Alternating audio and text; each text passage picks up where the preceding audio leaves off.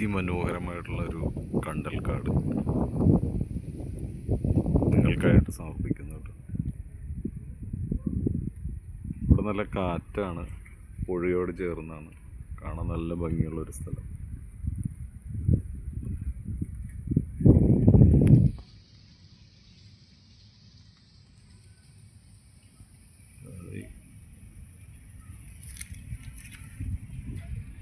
വള്ളിക്കണ്ടലാണ് കേട്ടോ, വള്ളിക്കണ്ടല.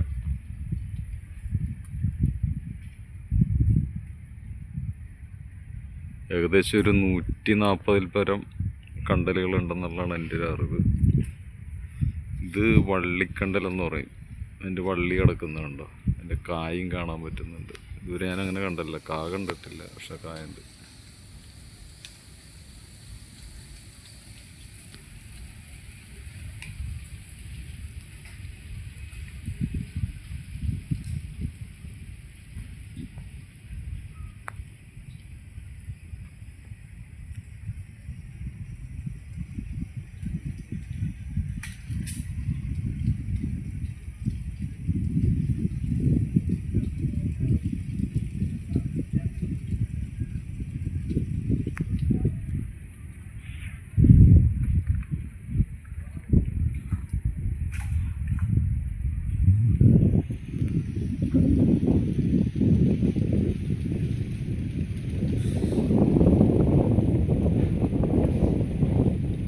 ഭയങ്കര കാറ്റാണ് ഇവിടെ. കായലിനോട് ചേർന്ന് നിൽക്കുന്നുണ്ട്. നല്ല തണുപ്പും നല്ല കാറ്റും.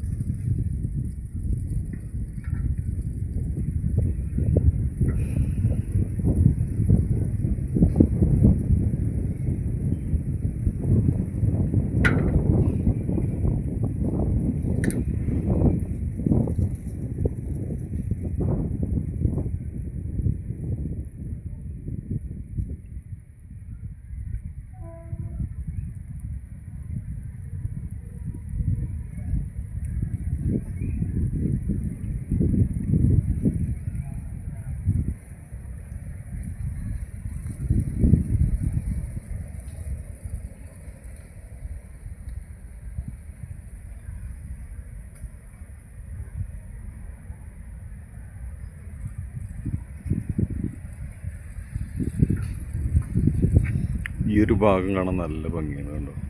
വെള്ളത്തിൻ്റെ ആ ഒരു അനക്കവും കാറ്റും കണ്ടലിൻ്റെ കുറ്റികളും ഒക്കെ. വേരാണ് കാണുന്നത്, കണ്ടൽ വേര്. ഒരു തിരമാല അതുപോലെ തന്നെ സുനാമി പോലുള്ള കാര്യങ്ങളൊക്കെ വന്നാൽ തടഞ്ഞു നിർത്താൻ കഴിവുണ്ടെന്നാണ് പറയുന്നത് ഈ കണ്ടലിൻ്റെ ഈ വേരുകൾക്ക്. അതിൻ്റെ ഒരു ശക്തി കുറക്കാൻ സാധിക്കും.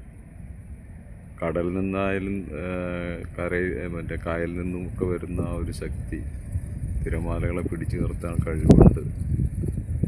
അതാണ് ഈ കണ്ടലിൻ്റെ ഒരു മറ്റൊരു പ്രത്യേകത. മണ്ണിടിച്ചിലൊക്കെ നമുക്ക് കുറക്കാൻ സാധിക്കും. ഒരു ജീവൻ്റെ ഇറ്റില്ലം എന്ന് തന്നെയാണല്ലോ അതിനെ വിശേഷിപ്പിക്കുന്നത്. അതിന് ഒരുപാട് പ്രത്യേകതകളുള്ളതുകൊണ്ട് തന്നെയാണ് അങ്ങനെ വിശേഷിപ്പിക്കുന്നത്.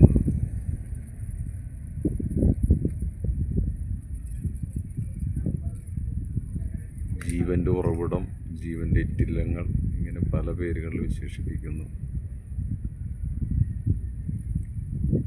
ജീവജാലങ്ങളുടെ ഒരു ജീവകേന്ദ്രവും കൂടിയാണ്, അങ്ങനെ പറയാം.